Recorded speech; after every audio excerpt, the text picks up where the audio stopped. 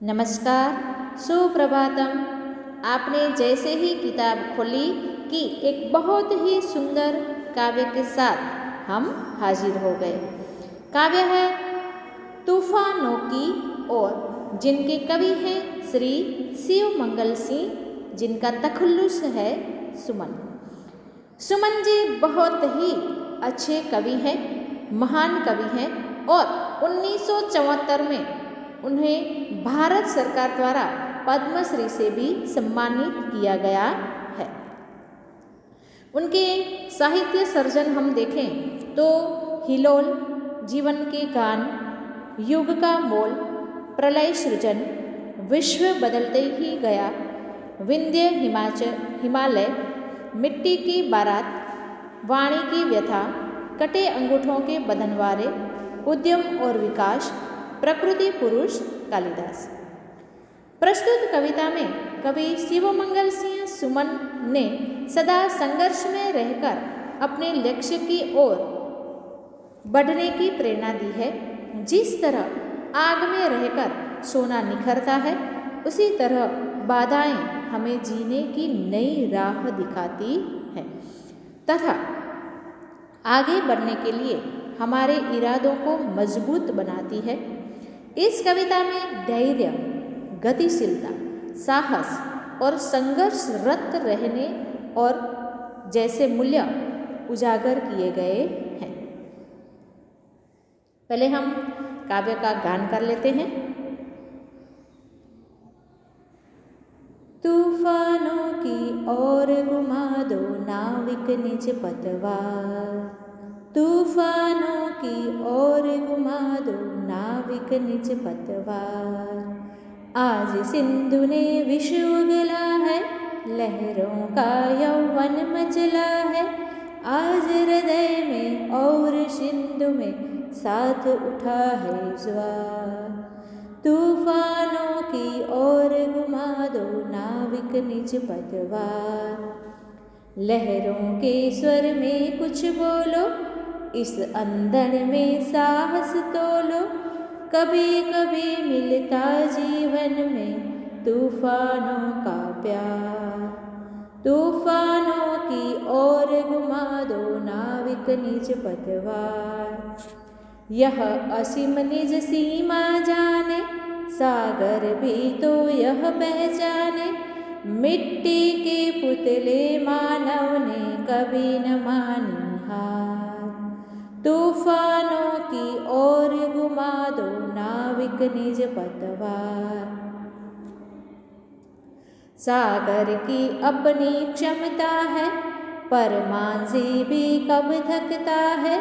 जब तक सांसों में स्पंदन है, उसका हाथ नहीं रुकता है। इसके ही बल पर कर डाले सातों सागर पार। तूफानों की ओर घुमा दो नाविक निज पतवार। तूफानों की ओर घुमा दो नाविक निज पतवार।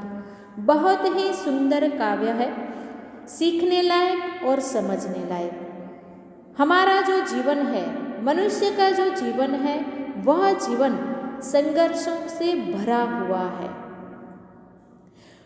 संघर्षमय जीवन में कठिनाइयाँ तो आती ही हैं।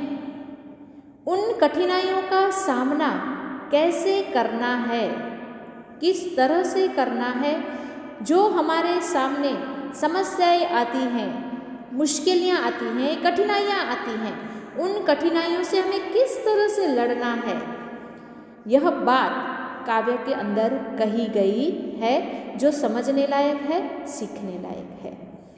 समस्याएं तो बहुत सारी आती हैं हमारे सामने, और उन समस्याओं का सामना जब तक मनुष्य नहीं करता है, तब तक वो थकता नहीं है, चाहे कोरोना जैसी महामारी ही क्यों न हो।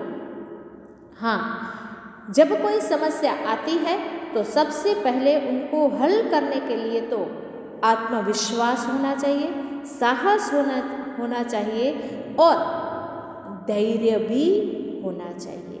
जल्दी जल्दी करी नाख्યું એમ ન થાય। कोरोना महामारी वरस थवा आवशे, बरोबर। પણ એ વર્ષમાં આપણે ક્યાં સુધી પહોંચી ગયા? વેક્સિન સુધી પહોંચી ગયા ને.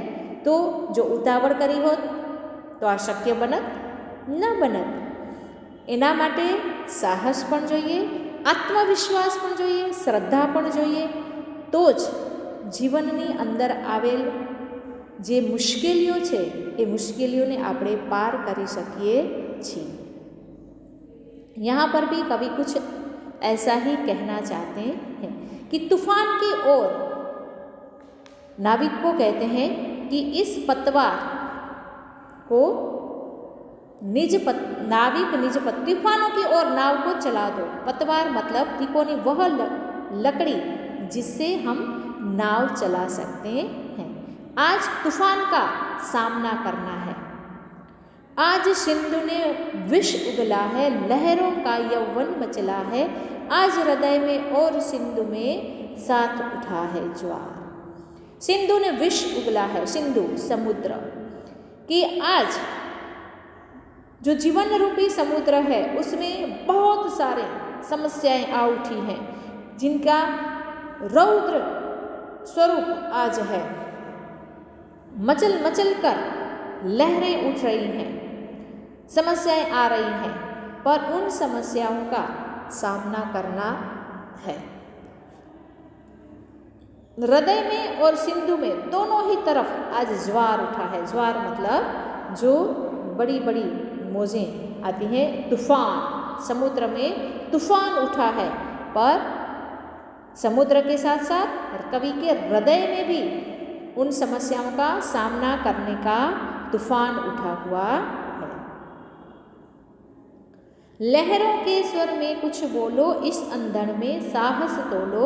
कभी कभी मिलता जीवन में तूफानों का प्यार. लहरों के स्वर में आज लहरें जो उठी हैं, जिसने रौद्र स्वरूप धारण किया हुआ है, इतनी जोरों शोरों से लहरें उठ रही है. तो लहरें जो उठ रही हैं उनका सामना भी कैसे करना है? ऐसे ही करना है. उस अंधड़ में जो आंधी उठी हुई है, तूफान उठा हुआ है, उसमें अपना साहस डालना है. और ऐसे मौके बार बार नहीं मिलते.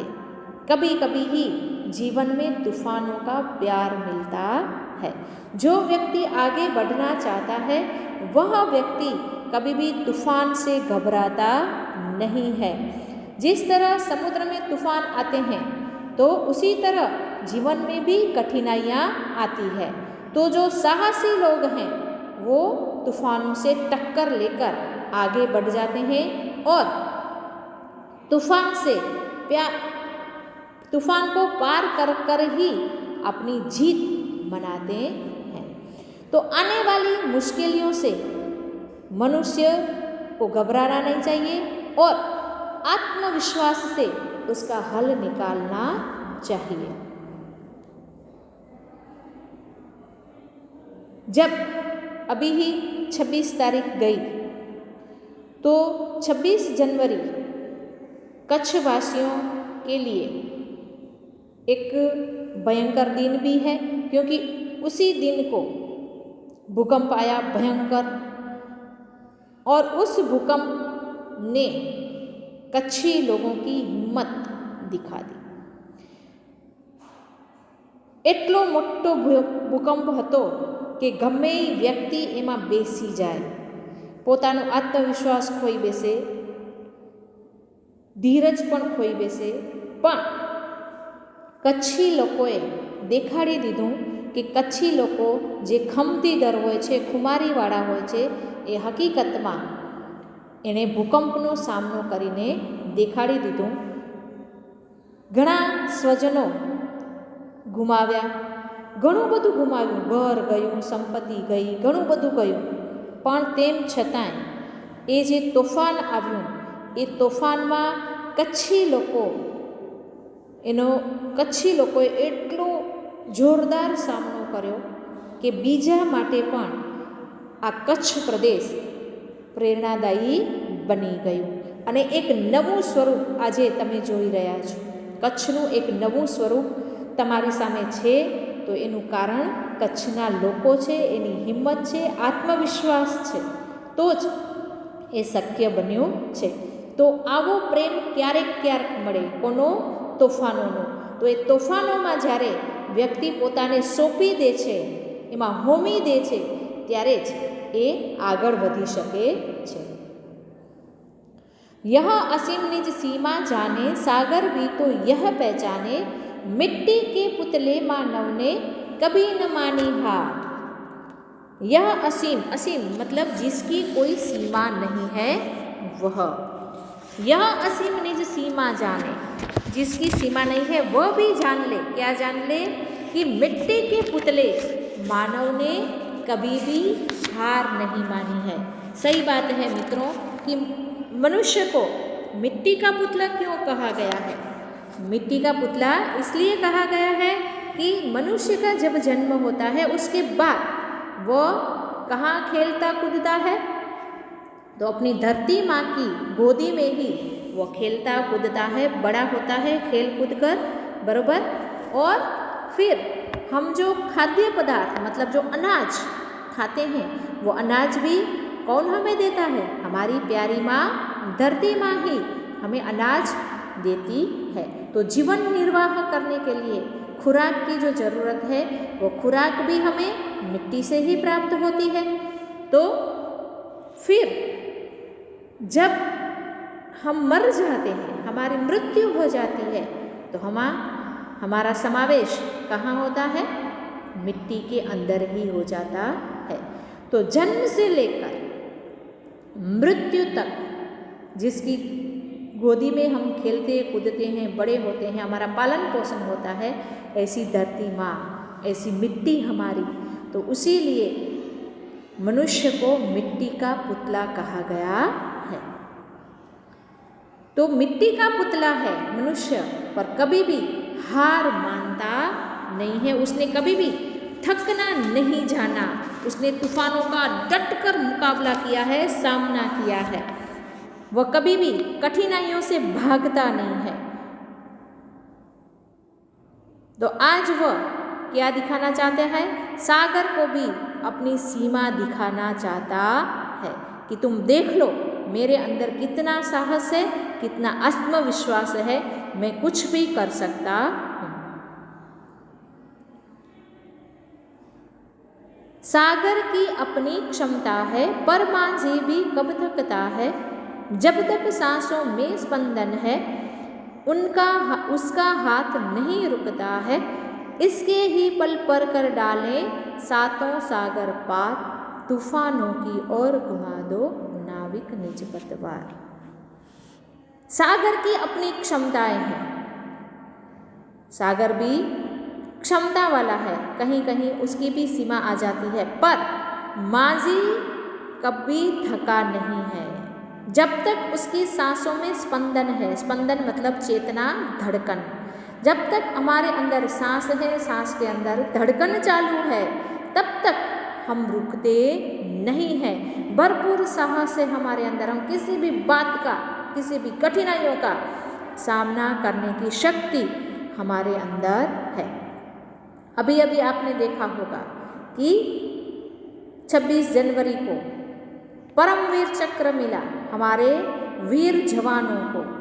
तो हमारे जो 3 वीर जवानों को परमवीर चक्र मिला, उनके बारे में यदि आपने सुना हो, देखा हो, तो ऐसे कर्मवीर, ऐसे कर्मठ व्यक्ति की ऐसी व्यक्ति जहाँ हम आज 7-8 डिग्री में भी थर थर कांपते हैं ऐसी ठंडी में, वहाँ वे हमारे वीर जवान -20-25 डिग्री पर ऐसे तैनात रहते हैं जैसे कोई अड़ीखम, गुजरातीમાં જેને આપણે કહીએ કે એવો અડીખમ વ્યક્તિ કે ત્યાંથી હલતો ચલતો પણ નથી. એવી વ્યક્તિ કે જેણે 15 ગોળીઓ પોતાના શરીરમાં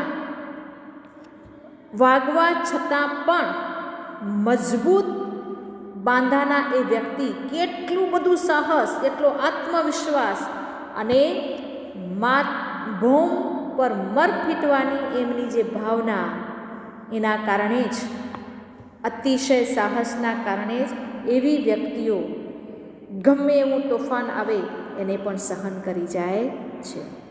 તો ક્યારે એનો હાથ નથી રોકાતો, ક્યાં સુધી? જ્યાં સુધી એની અંદર સાહસ છે, હિંમત છે, આત્મવિશ્વાસ છે અને चेतना છે, धड़कन છે, ત્યાં સુધી. तो उनके ही बल पर कर डाले सातों सागर पार, तूफानों की ओर घुमा दो नाविक निज पतवार. ऐसे ही व्यक्ति जीवन में जो कठिनाइयाँ आती हैं और उन्हीं कठिनाइयों से ही मनुष्य क्या सीखता है? साहस सीखता है, उसमें बल आती है और बल के साथ साथ कठिनाइयों को किस तरह से पार करोगे आप?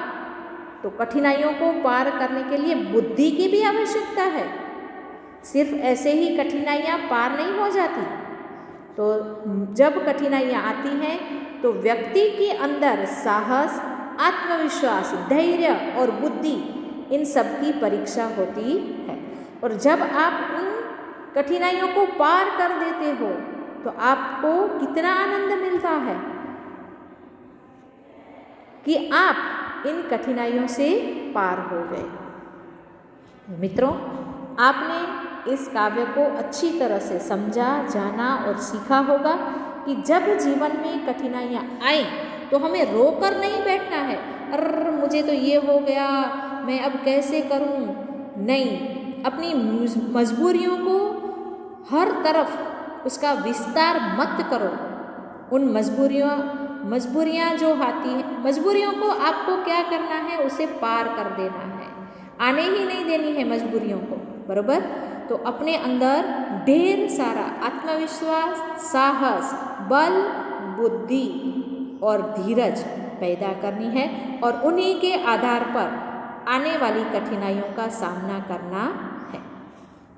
आपने काव्य तो अच्छी तरह से समझ ली ही. एक बात मैं यहाँ यह कहना चाहती हूँ गृह कार्य के बारे में. अच्छी तरह से समझ लेना कि हमने जो आगे पाठ किया, कर्मयोगी लाल बहादुर शास्त्री, तो उनके आधार पर आपको एक निबंध लिखना है. आप लाल बहादुर शास्त्री जी पर भी निबंध लिख सकते हैं.